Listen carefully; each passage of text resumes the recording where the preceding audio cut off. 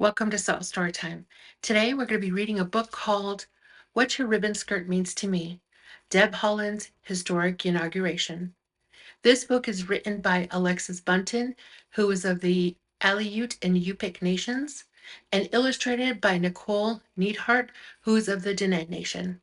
I look forward to reading this historic and beautiful book with you all today. Now let's get ready for story time. What Your Ribbon Skirt Means to Me, Deb Haaland's Historic Inauguration.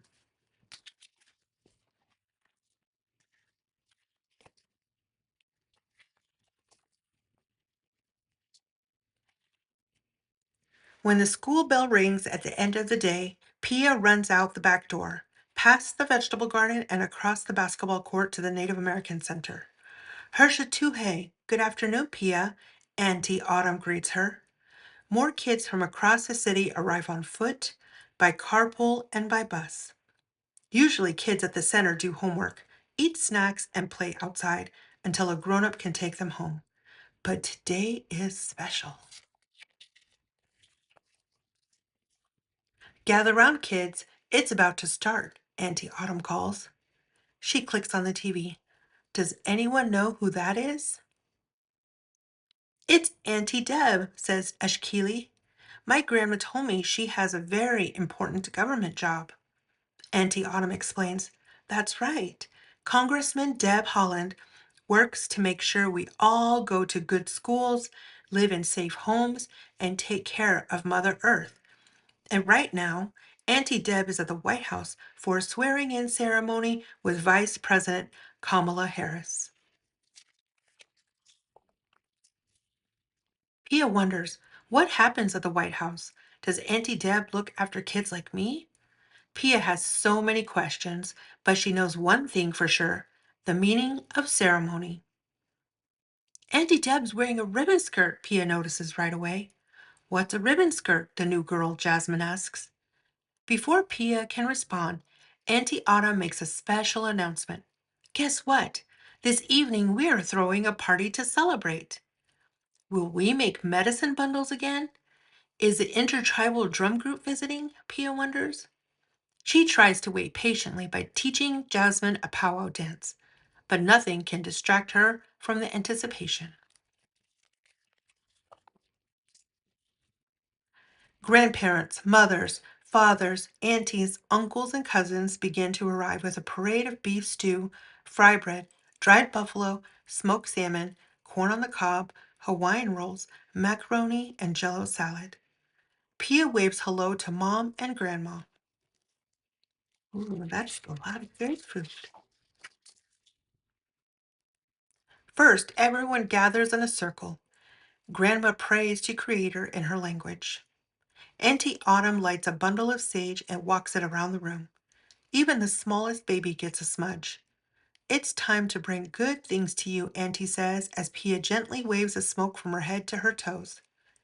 Next, Auntie Autumn announces, Auntie Deb represents all of us, so we are going to craft regalia to honor her. Grandma carefully arranges a rainbow of shiny ribbons, describing each one. Red is for strawberries, orange is for fire, yellow is for the sun, green is for grass, blue is for water, and violet is for shells. Pia marvels at the beautiful cotton fabrics for the skirts. One is orange as a poppy, covered in shining white stars.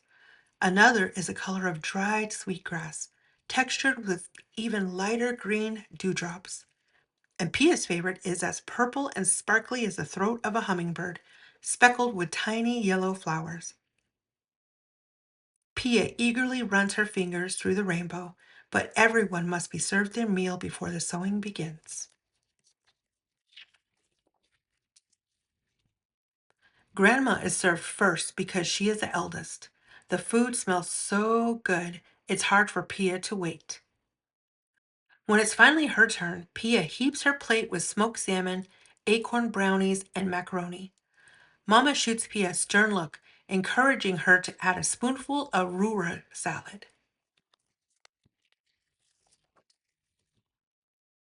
At last, Auntie Autumn proclaims it's time to make our very own ribbon skirts. Pia already owns a ribbon skirt Mom made that she wears to powwows. It has applique flowers for Mom's Anishinaabe culture. She also wears a gualafon necklace to honor Dad's Chamorro culture.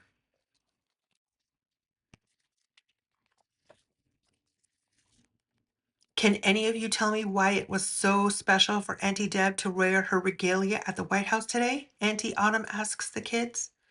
Native pride, Amani shouts. Healing, Ashkili chimes in. Ancestors, says Pia. Three excellent answers, Auntie affirms. The grown-ups arranged two different stations, one to make ribbon skirts and another to make ribbon shirts.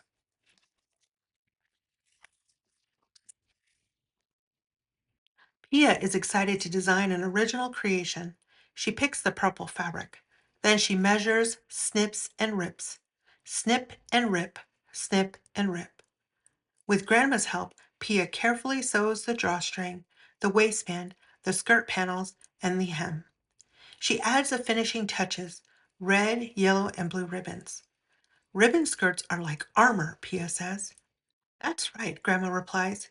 You don't need a ribbon skirt to be powerful, but when you wear your regalia, you shine with all the strength of our mothers and grandmothers since time immemorial.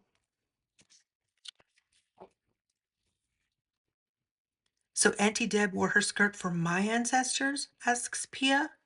Yes, and for all the mothers, aunties, daughters, and grandmothers yet to be born, native and non-native. Wow, Pia considers this for a moment.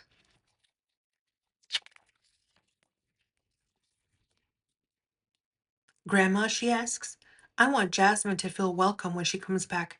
Can I gift her my skirt? Yes, Pia, she replies with a loving smile. Today we have so much to be proud of.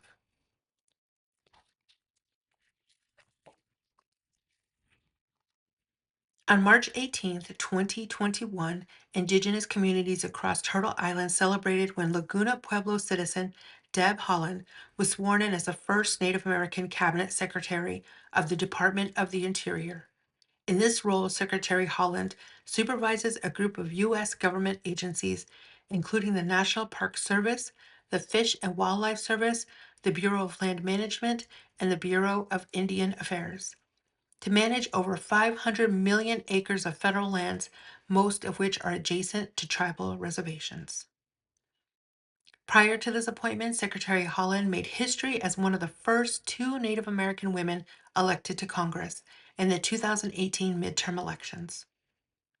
Along with Representative Sharice Davids, Ho-Chunk, and the first female Vice President Kamala Harris, these women of color showed girls across America that they can overcome any obstacle to make the world better, no matter who they are or where they come from. Deb's achievements are especially significant considering that Native Americans were not guaranteed the right to vote in all states until 1962, when she was 2 years old. Raised in a military family, Deb moved frequently as a child. She graduated from high school in Albuquerque and put herself through college at the University of New Mexico. Just 4 days after obtaining her bachelor's degree, Deb gave birth to her daughter, Soma. Despite struggling as a single mother living paycheck to paycheck, Deb earned a Juris Doctorate from the University of New Mexico School of Law. Prior to her career in public service, she served as a tribal administrator and businesswoman. Deb's unwavering commitment to environmental justice, the climate crisis, missing and murdered Indigenous women, and family-friendly policies offers hope for countless Americans. We are so proud of her.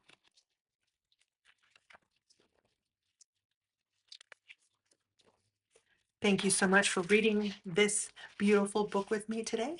I hope you enjoyed. Don't forget to come back often as I read new stories each week. Have an amazing and beautiful day.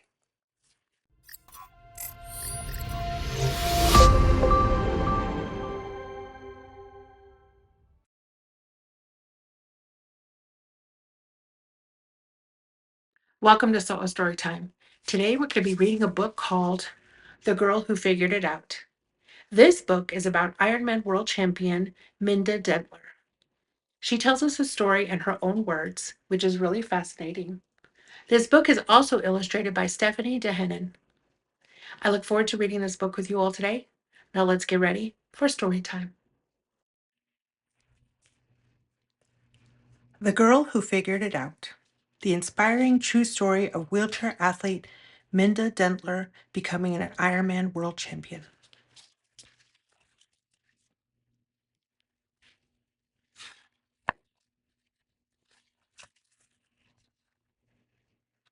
I was born in a crowded village near Mumbai, India, to a poor but loving single mother. Not long before my first birthday, I became very sick. I couldn't move my legs and my hips had tightened. I was paralyzed. The doctor told my birth mother I had a disease called polio. He told her I would never walk. Without money to care for me, my birth mother brought me to an orphanage to put me up for adoption. She prayed another family could give me a better life. One day, Bruce and Ann Dentler saw my photo and were drawn to my smile. They knew I was meant to be their daughter. Soon after, I flew to Spokane, Washington, and they adopted me.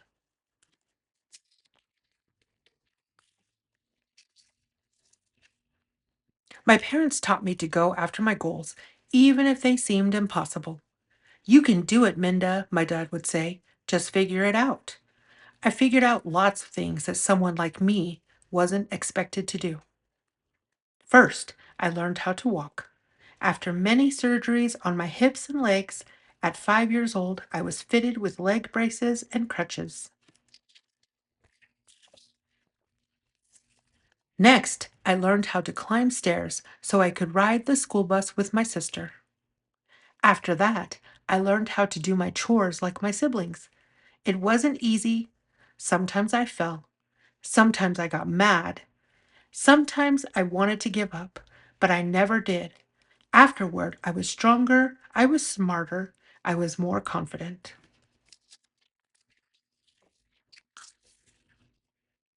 Even though I could do some things like the other kids, not everyone believed in me and left me out. In gym class, I was always picked last or had to sit on the sidelines. Some adults talked over me because they could only see my disability. Being different was hard. There were kids who didn't want to be my friend because my skin is dark brown or because my crutches and leg braces scared them. The Tin Man, they called me. But I didn't let those people stop me. I wanted to show everyone what I could do. I learned how to play the piano and performed for crowds. I worked hard and made the honor roll every year. I backpacked through Europe all by myself. I even interned at the White House. After college graduation, I got a job in New York City and got married.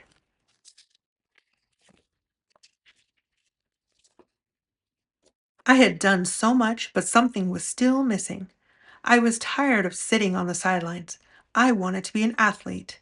Then one day, everything changed. In New York City, I joined a running club for people with disabilities.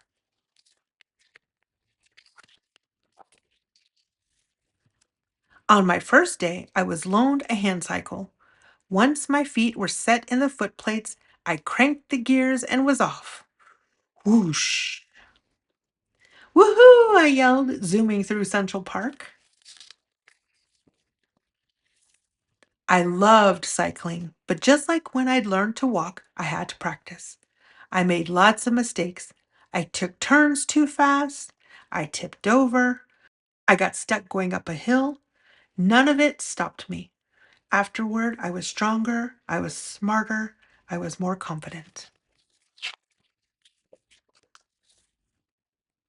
A fire had been lit inside, and I began competing in races like the New York City Marathon. I felt unstoppable. I was ready to do a triathlon. There was just one problem. I was afraid of the ocean because I didn't know how to swim. Then I remembered Dad's words. You can do it, Minda. Just figure it out. I stopped worrying and asked a coach to teach me. At first, I struggled to breathe and turn my hips, so I focused on swimming one stroke at a time. 1, 2, 3, breathe. Afterward, I was stronger, I was smarter, I was more confident. I could ride my hand cycle for the bike race, but I needed a racing wheelchair for the run. I had never used one before. The bucket seat was uncomfortable and it was hard to break, yet I practiced anyway, pushing the wheelchair up and down the hills of Central Park. Push, push, push, roll. That summer, I crossed the finish line of the New York City Triathlon, excited for my next challenge. Good job, Minda. I decided to compete in the Ironman Triathlon in Kona, Hawaii. No female wheelchair athlete had ever finished the course. Could I swim, bike, and run 140.6 miles? Many people didn't think so, but that only made me want it more. You can do it, Minda, Dad said. Just figure it out. I got back to work and trained harder. Over the next 5 years, I completed 10 triathlons all over the world. Afterward, I was stronger, I was smarter, I was more confident. Finally, it was time to compete in my first Ironman World Championship. When the day of the race arrived, my stomach fluttered with excitement. But from the moment the cannon sounded, all my plans fell apart. I panicked swimming in the ocean. My goggles slipped off. I couldn't keep up with the others. On the hand cycle, my muscles burned and my throat grew dry. I wasn't moving fast enough. I was not going to make the time limits.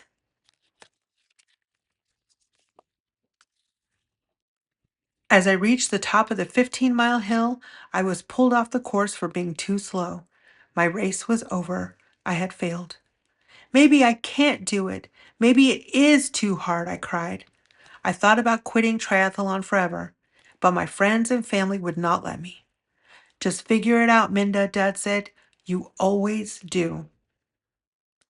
For the next 9 months, I swam, biked, and ran more than ever before. I worked with a team of coaches. I ate healthy foods, I lifted weights, and I went to bed early. Most of all, I believed in myself. By the day of the race, I was stronger, I was smarter, I was more confident, and I was ready. On October 12, 2013, I treaded water, waiting for the race to start along with 2,000 other triathletes. My heart thudded in my chest and my stomach was in tangles, but I couldn't wait to swim. With a bang, the cannon went off and I burst through the waves. The Pacific Ocean stretched ahead, but like always, I focused on swimming one stroke at a time. 1, 2, 3, breathe. 1, 2, 3, breathe. 1, 2, 3, breathe. Then I was onto the bike ride through the scorching hot lava fields. Cyclists whizzed by, but on my hand cycle, I could go fast like them. Whoosh, whoosh, whoosh, click. Whoosh, whoosh, whoosh, click. Whoosh, whoosh, whoosh, click. After hours of riding, my stomach was in knots and my arms ached. Every bump in the road hurt. I checked the clock and shook my head. There were too many miles to go and not enough time. I wasn't going to make it again. I can do it, I yelled. I just need to figure it out. I gritted my teeth and cranked the hand cycle up the last hill. Minda Dentler has made the bike time limit, the announcer shouted as I rode into the transition with 3 minutes to spare. At last, I had reached the final part of the race, a marathon. I shuffled into my racing wheelchair and was off. Push, push, push, roll. Push, push, push, roll. Push, push, push, roll. Whoa! The sun had set quickly, covering the road in darkness. When I reached Palani Drive, my stomach dropped at the sight of the steep half-mile hill. You can do it, Minda, I whispered. Just figure it out. I gripped the wheels tight and zigzagged up the hill until I reached the top. Exhausted, I pressed on for the final stretch. I was almost there. Just a few more pushes and Minda Dentler, you are an Ironman, the announcer shouted as I crossed the finish line. I did it! A paralyzed, orphaned little girl from India became the first female wheelchair athlete to complete the Ironman World Championship. If I could do this, I could do anything. I am so proud of you, Minda, Dad said. You never gave up on your goals. Thanks, Dad. I figured it out.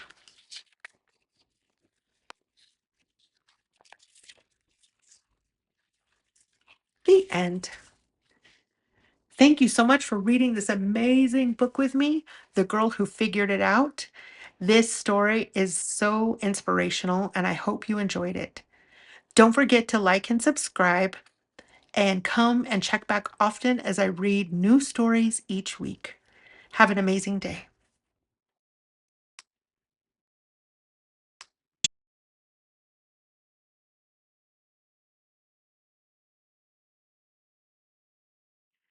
Welcome to Solo Storytime. Today we're going to be reading a book called America's Dreaming. This book is written and illustrated by Tai Mi Fwang. I hope you enjoy this book today. Now let's get ready for story time. America's Dreaming.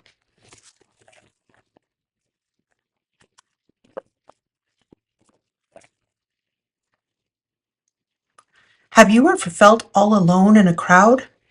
You try to stand tall, but on the inside feel small? Everything is so loud, but you don't hear anything except the bum-da-dum inside your chest. And all you really want is to fit in and be your best. I have felt this way too. I am America. This is my story. On the first day of school, kids jostle their friends and try to find seats together while my eyes dart around looking for one by myself. My hands are shaking so bad, I drop my backpack and trip over it. I fall to the floor, flopping like a fish out of water as I get up and scramble to the only seat left.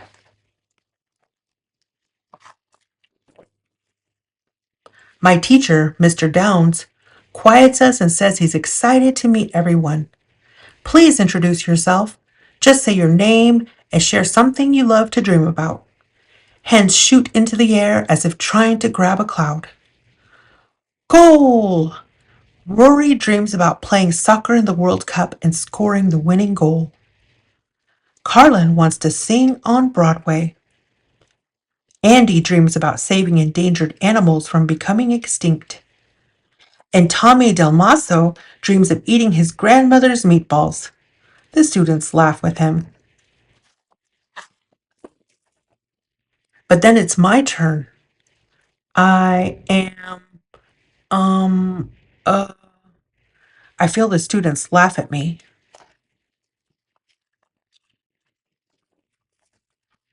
A single tear rolls down my cheek. I wipe it away quickly. With a quaking voice, I say, my name is America, but I don't have any dreams to share today. My teacher puts his hand on my shoulder, his eyes caring. It's important that we are kind to all of our classmates. Maybe tomorrow will be a better day for sharing, America. The day crawls by. At recess, I stay inside while everyone else plays. I clutch a book I brought from home to my chest. It's about Abraham Lincoln, and it says people used to make fun of him too. Mr. Downs comes over. Do you like to read books about real people? I nod. I tell him I think that opening a book is like someone opening their door for you, letting you in to see what their life was like and how it might help you with yours. Then you're going to love our welcome wagon, he says. I wonder what a welcome wagon is. We walk over to the wagon full of books in the corner. I leaf through a few of them. The pages turn like the hands of old friends waving hello. Mr. Downs says that he was once new too. Kids teased him about how he looked, sounded, and even smelled. Mr. Downs filled this wagon with books to remind us that all kinds of people had trouble being accepted. He said that borrowing a book is like inviting these famous friends over for a play date. I invite 4 to come home with me. Later, I lie in bed staring at my ceiling until my eyelids become too heavy to hold open. A movie begins to play in my mind. Magically, one by one, characters float off the pages of my borrowed books. Characters once trapped between covers now prance and dance around me. There's Amelia, or Mealy to her friends, who lived in new places all the time too. She tells me to think of each new place as an adventure, because while adventures can be scary, they're also exciting. Maybe she's right. There's something wonderful about unfamiliar places and fresh discoveries.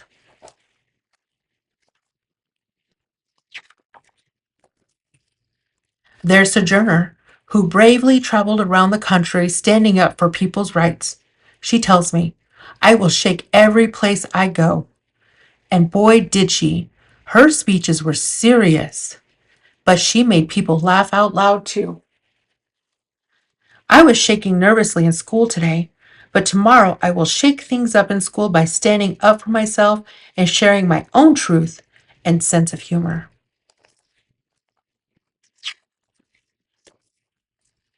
A king rises next. He tells me his name is Martin, and many people didn't like his dreams. He dreamed of children being judged not by what they look like, but by their character. Yesterday I was judged by how I looked. Tomorrow I will show them my character, I declare.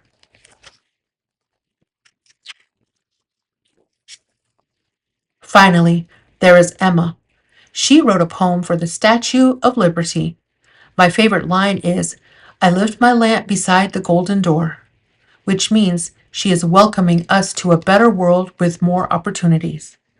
I wonder, what opportunity will tomorrow bring?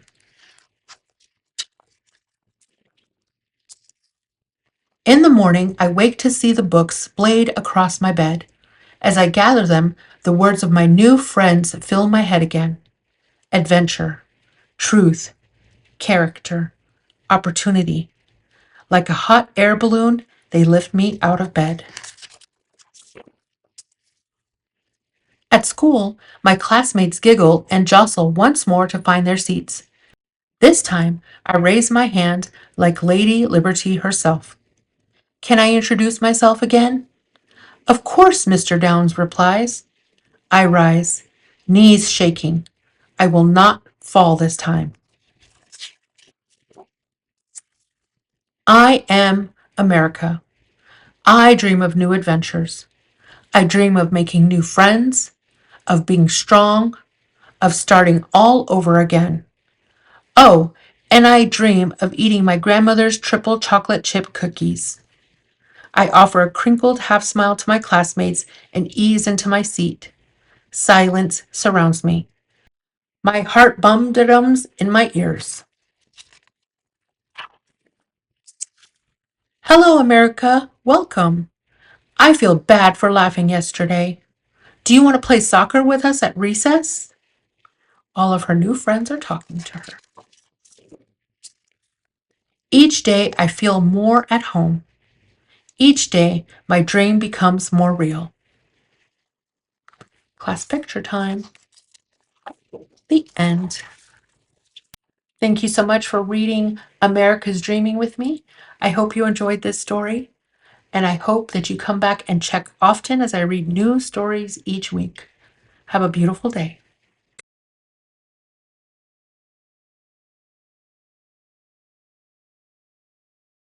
Welcome to Soul Story Time. Today we're going to be reading a book called May Among the Stars. This book is written by Rhoda Ahmed and illustrated by Stasia Burrington. I hope you enjoy this book today. Now let's get ready for story time. May Among the Stars.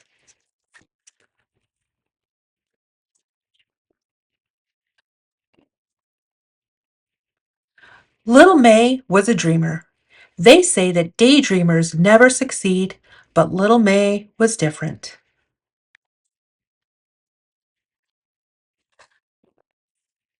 One day, May was working on an assignment for school about what she wanted to be when she grew up. What will you tell them, May? I will tell them I want to see Earth. This is Earth, May, her mother said. The flowers, the grass, the forest, and the mountains. We live on Earth. I know, but I want to see Earth from out there, as she pointed up to the sky.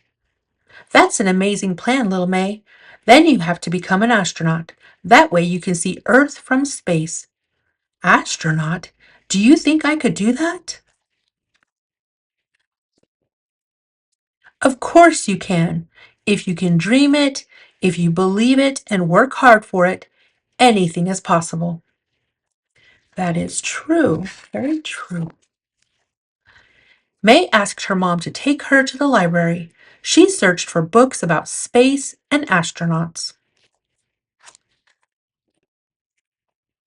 After dinner, May drew pictures of space and she even made her own astronaut costume out of old orange curtains and cardboard boxes. She has a great imagination, doesn't she?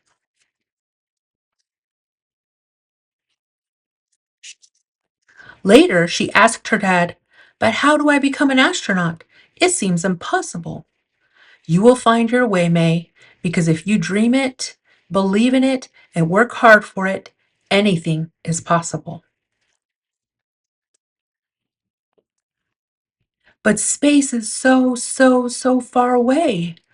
It's closer than you think, little May, and you may get there sooner than you think. That night, May had a happy dream. She was dancing in space, surrounded by billions of sparkling stars. Below her, she could see Earth floating and turning like a shining crystal ball.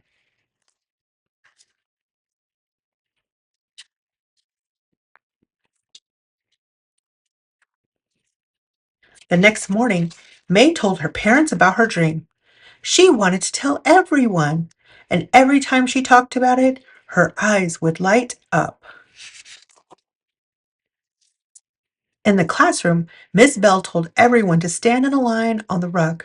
Today, we are all going to share our dreams about the future. What do you want to be? And what do you want to do when you grow up? Who wants to go first?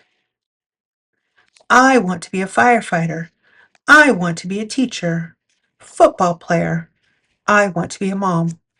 I want to go to space. I want to be an astronaut, says May. All the kids started laughing. Miss Bell asked, May, are you sure you don't want to be a nurse? Nursing would be a good profession for someone like you. I don't want to be a nurse. I want to be an astronaut. That's right, May. You be an astronaut. May felt very disappointed. On her way home from school, May was quiet. She looked out the car window. Her world turned blue and cold. Nothing was the way it used to be.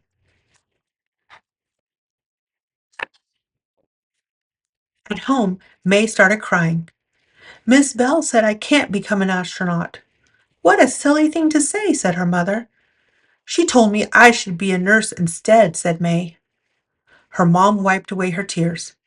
My dear May, I hope you didn't believe her. Of course I believed her. She's my teacher. I'm sorry Miss Bell didn't encourage you, but she can't stop you. No one can stop you. Follow your dream, May, and go to space. Thank you, Mom. I promise when I get to space, I will wave to you and Dad from the spaceship. Her mom took her hand and they started dancing. You must always repeat to yourself, if I can dream it, if I can believe in it, and I work hard for it, anything is possible.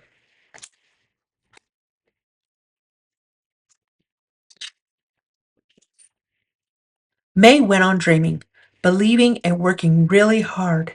And guess what? She went to space and waved to her mom and dad on Earth. Yay! The end. Dr. Mae Jemison. Mae Carol Jemison was born October 17, 1956, in Decatur, Alabama.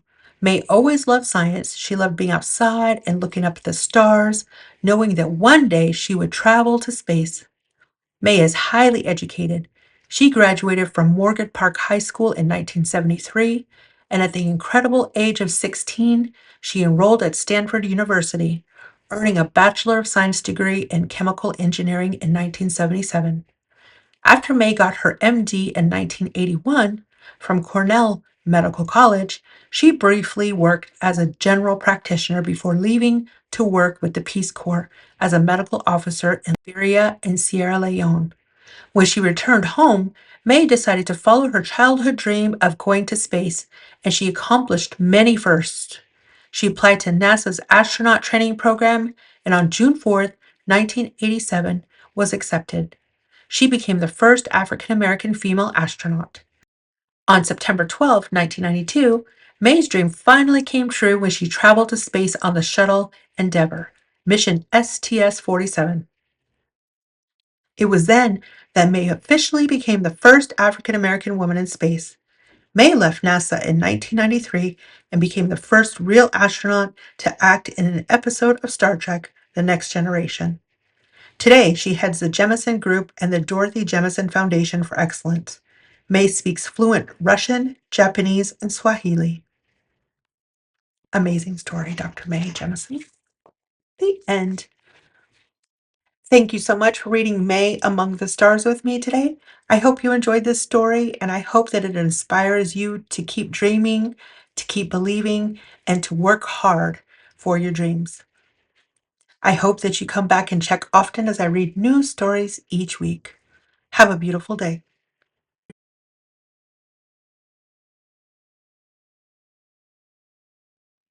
Welcome to Soul Story Time. Today we're going to be reading a book called Sharice's Big Voice. This book is written by U.S. Congresswoman Sharice Davids, who is a member of the Ho-Chunk Nation in Wisconsin, and also written by Nancy K. Mays.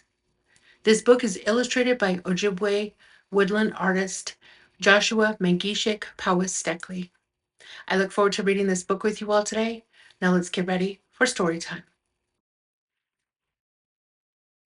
Sharice's Big Voice. A Native Kid Becomes a Congresswoman.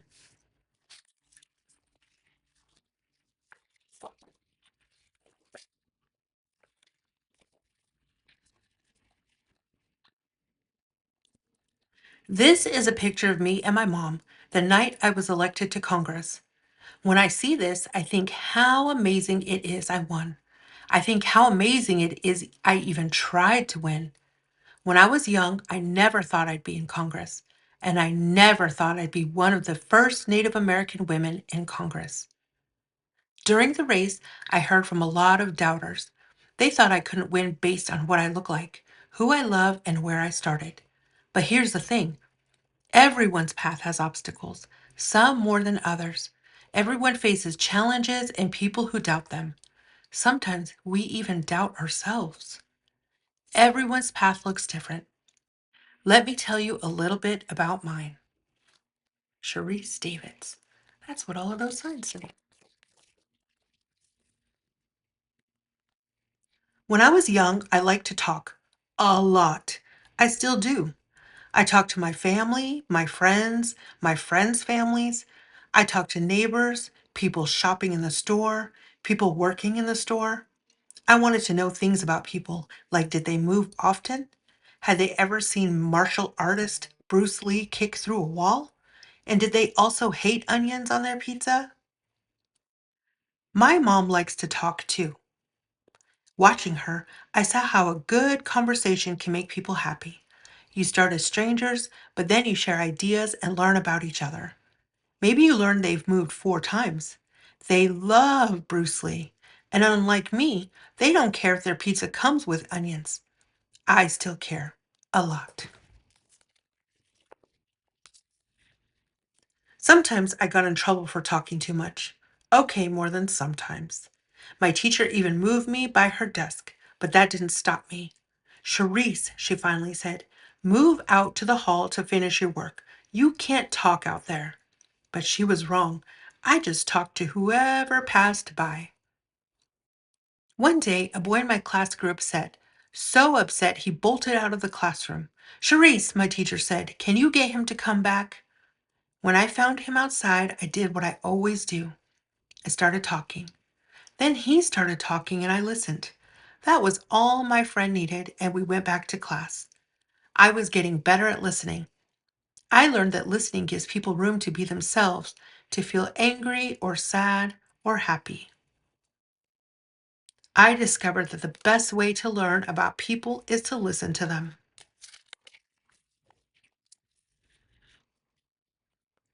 My friends at school were confused about me because I looked different from them. They always asked, what are you, Sharice?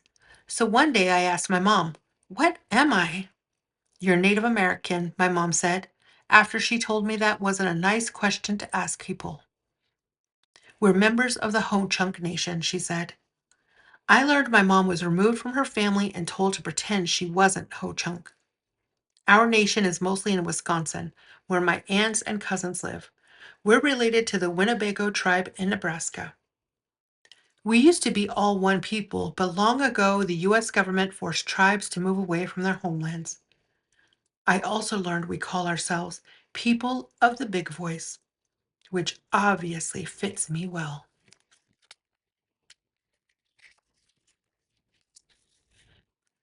My big voice came in handy every time I started a new school. My mom was in the Army for 20 years, so we moved back and forth between Germany, Kansas, and Missouri. At every school, I made friends by talking and listening. I knew a good conversation could break down walls, just like Bruce Lee. In Germany, a soldier taught me martial arts for free. I wanted to keep taking lessons when we returned home, but my mom couldn't afford them. So I watched Bruce Lee movies all the time. He could do a roundhouse kick, a palm strike, and a flying armbar. I ran around the house punching and kicking, trying to copy him. While my mom was being strong and fierce at work, I was strong and fierce at home.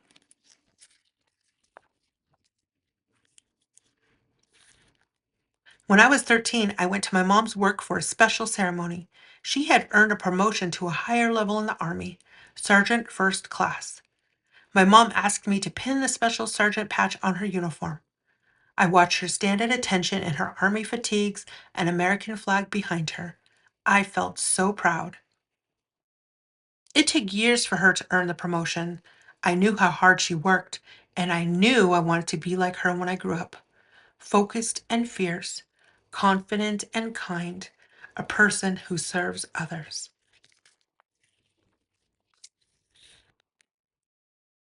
I learned how to work hard by watching my mom. I sold newspaper subscriptions and worked in a pizza restaurant. No onions on mine. Later, I paid for college by working in a fast food restaurant, making burgers, cleaning bathrooms, and calming upset customers. I learned you can't always fix someone's complaint. When you're out of mustard, but you can listen and you can do something to make them feel better, like maybe free ice cream. In college, I used part of each paycheck for martial arts classes so I could finally learn to fight like Bruce Lee. I could land a punch and defend against a palm strike. But more importantly, I learned that when I worked hard at something, I got better at it, even if I couldn't see it right away. I trained every day for years.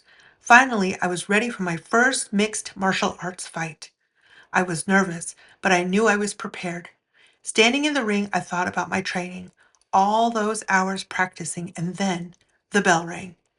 We met in the middle of the ring, and I pounced on my opponent. In less than a minute, I won my first fight, and with my favorite move, a triangle hold. The crowd cheered. With my arm raised high, I realized it felt good to win, but it felt even better knowing I won because I'd worked so hard. You know how that feels, right? At the same time that I was fighting in the ring, I started a journey with a different kind of battle. I decided to enroll in law school so I could work to make our U.S. laws more just and fair. I didn't know anyone who was both Native American and an attorney. I didn't even know any attorneys. But martial arts taught me not to be afraid of new challenges. A friend told me about a program for Native Americans preparing to be lawyers, and I signed up. It was the first time in my life I'd sat in a classroom surrounded by Native people. It felt powerful. No one in that room asked, "Sharice, what are you?" Once I had my law degree, I worked for a big law firm, but it didn't feel right. It didn't feel like my path. So I moved to a reservation in South Dakota. I saw that my Native friends there didn't have the kind of opportunity I had in Kansas, so I used my legal skills to help them start businesses. I learned a lot living there, and my life is better for it.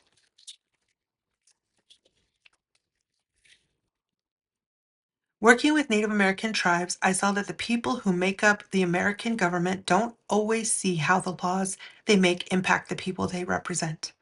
I wanted to change that, so I went to work in the White House. There, I saw how laws were made, but I didn't see people who look like my family. I didn't see people who'd grown up like me. What if that changed? I wondered. What if everyone's voice was heard by the people making our laws? That's when I had a bold, brave idea that would need my big voice, my ability to listen, and my ability to take a punch.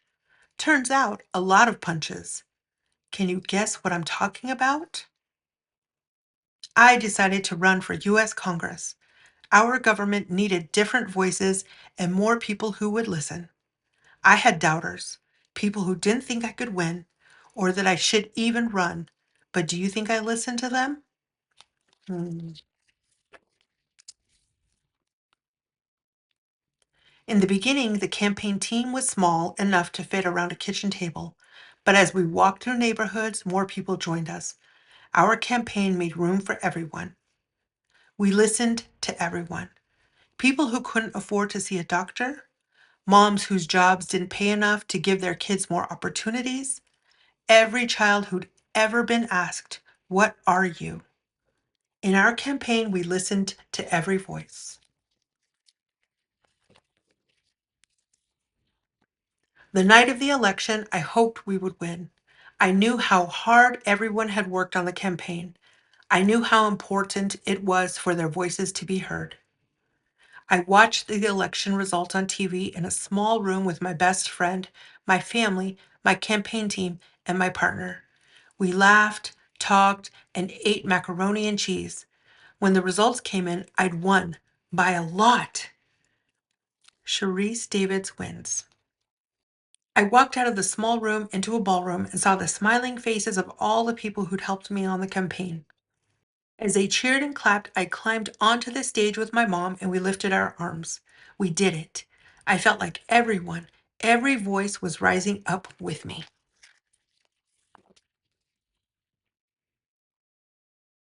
Growing up, I never would have guessed my path would lead to Congress. I didn't know I would be one of the first Native American women in Congress and the first lesbian representative from Kansas. Everyone's path is different, and wherever yours takes you, maybe the lessons I learned can help. Be open to challenges. Work hard and you'll learn a lot. Listen to people, but not the doubters. Use your big voice to fight for your beliefs.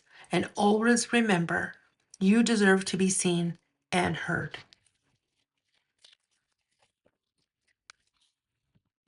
Author's note. Hello, I'm glad you're here reading our story. I say our story because even though the details are about my life, this is everyone's story. Mine, yours, our dog Nala's, okay, maybe not hers. Here's what I hope our story conveys that each of us has our own path, and the most important thing in the world is to be true to your own journey. That journey is going to have ups and downs, people who doubt you, and people who cheer you on. Focus on the supporters. Be grateful for their help. I am. I also hope you realize the power in your choices. As you know by now, I went to law school. Often people have said to me, I bet law school changed your life. But the truth is that the school didn't change my life. My decision to go to law school changed my life. My choice changed my life. Your choices will change yours as well. And law school may not be your choice. Your choice may be working with animals, or learning magic tricks, or being a singer. The point is, you get to decide what success means for you. That's your choice and only yours. And remember that whatever your path is, you're changing the world just by being here. It took me a while, but I'm really glad I found my big voice. If you haven't already, I hope you find yours too, because I can't wait to hear what you have to say. Your friend, Sharice. Also, remember to take naps. You're going to need a lot of energy to change the world. Artist note. One of the most exciting aspects of working on this book was finding in myself the illustration style that best honored the relationship both Sharice and I have to our past, present, and future as Indigenous people on Turtle Island. As an established Ojibwe woodland artist, I create my work to honor my Anishinaabe family and all people who would like to enjoy this art form and find a connection to themselves along the way. When I read Sharice's story, it resonated deeply with me because she speaks so openly about how she grew up disconnected from her nation. And it also exemplifies Sharice's journey home by connecting with her culture and community. We share a similar history of displacement, and I think her story is an empowering example of resilience.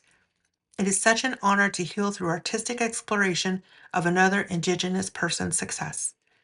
We come from generation upon generation of being silenced, being made to conform to a culture that is not our own.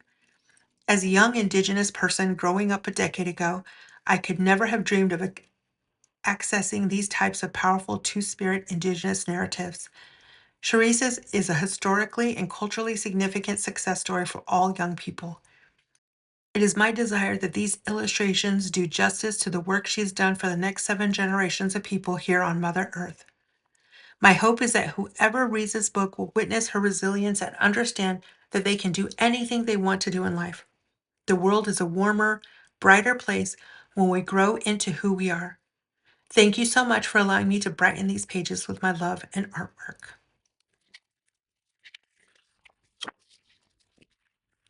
The end. Thank you so much for reading this powerful and amazing book with me called Sharice's Big Voice. I hope you enjoyed it so much, just as I did. Don't forget to come back often as I read new stories each week. Have a great day.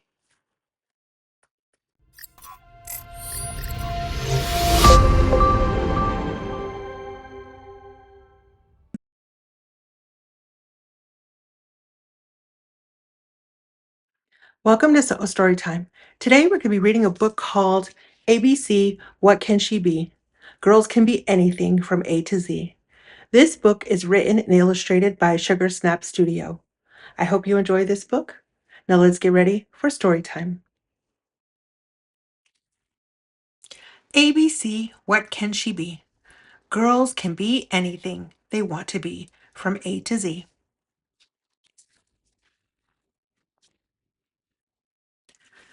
What can you be?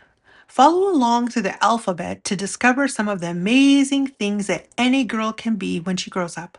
The world is full of possibilities. A is for astronaut. She blasts into outer space to explore new worlds. Wow. B is for botanist. She carefully studies plants to see what makes them grow. C is for chef. She chops, flips, and sizzles to create delicious food for you and me. D. D is for deep sea diver. She swims with the fish to investigate life on the ocean floor. E is for engineer. She builds new things and understands how different parts fit together. F is for firefighter. She fights fires and rescues people from burning buildings. G is for gymnast. She jumps, flips, and cartwheels to win gold medals in worldwide competitions. H is for hairstylist. She clips, curls, twists, and braids to make others look their best. I is for interior designer. She picks out perfect patterns and comfy couches to make our homes beautiful. J is for judge. She makes decisions in court to promote justice and fairness for all. K is for keyboardist. She plays music with her band and performs at rock concerts around the world. L is for librarian. She helps children discover the wonderful world of books. We love librarians. M is for mechanic.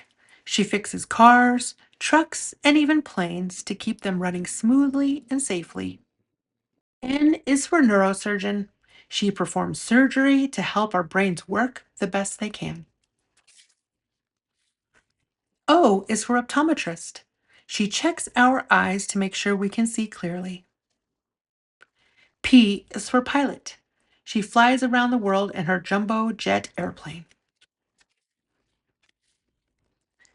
Q is for quantum physicist. She studies atoms, electrons, and other tiny things to understand how our world works. R is for referee. She knows all the rules and makes sure we play fairly. S is for software engineer. She writes code to make computer software and programs. T is for teacher. She teaches us new things so we can make our dreams come true. We love our teachers too. U. U is for UN ambassador. She promotes unity and friendship with leaders from around the world. V. V is for vice president. She works closely with the president and is ready to take charge at a moment's notice.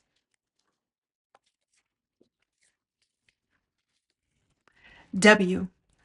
W is for writer. She uses words to educate and entertain others with articles, stories, and poetry. X. X is for X-ray technician. She takes pictures of broken bones to help us heal. Y. Y is for yoga instructor. She teaches people how to move to make their bodies strong and flexible. Z. Z is for zoologist. She studies and cares for animals in their native habitats. A, B, C, D, E, F, G, H, I, J, K, L, M, N, O, P, Q, R, S, T, U, V, W, X, Y, and Z. You've seen different things that you can be from A to Z, but there are so many other possibilities. From doctor or lawyer to artist or photographer, the only limit is your imagination. What other things can you dream to be? Hmm? The end.